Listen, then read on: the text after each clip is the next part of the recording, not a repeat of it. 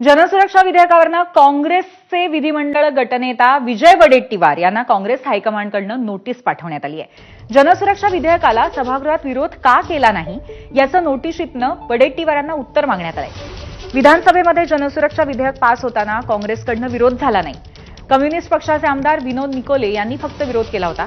एवढंच नाही तर पक्षाची भूमिका ही विधेयक पास झाल्यानंतर काँग्रेसच्या आमदारांना सांगण्यात आली, त्यामुळे वडेट्टीवारांना हायकमांडची नोटीस आली आहे। आता विजय वडेट्टीवार याच्यावरती या कारणे दाखवा नोटिशीला काय उत्तर देणार याकडे सर्वांचं लक्ष असेल।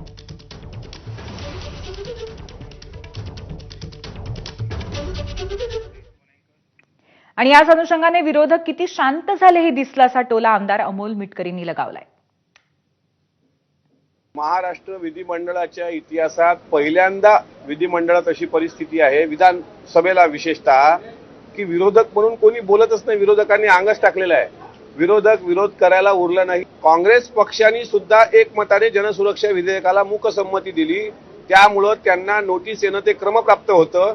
आमच्या वरिष्ठ सभागृहात बंटी पाटील साहेबांसह सगळ्यांनी, म्हणजे त्यात सचिन अहिर होते, सचिन अहिर साहेब होते, त्याच्यानंतर अंबादास दानवे साहेब होते, सर्वांनी वॉकआउट केलं। महाराष्ट्र सुद्धा पाहतोय की विरोधक किती शांत झालेत, कारण त्यांना माहित आहे की 2029 पर्यंत आता किती इथं आलेत, काय निदर्शनं केलेत, काय टॉवेल बनियान घातलं, तरीही तुम्हाला सांगतो, जर काही चुकीचं असेल तर सरकार त्याला पाठीशी घालू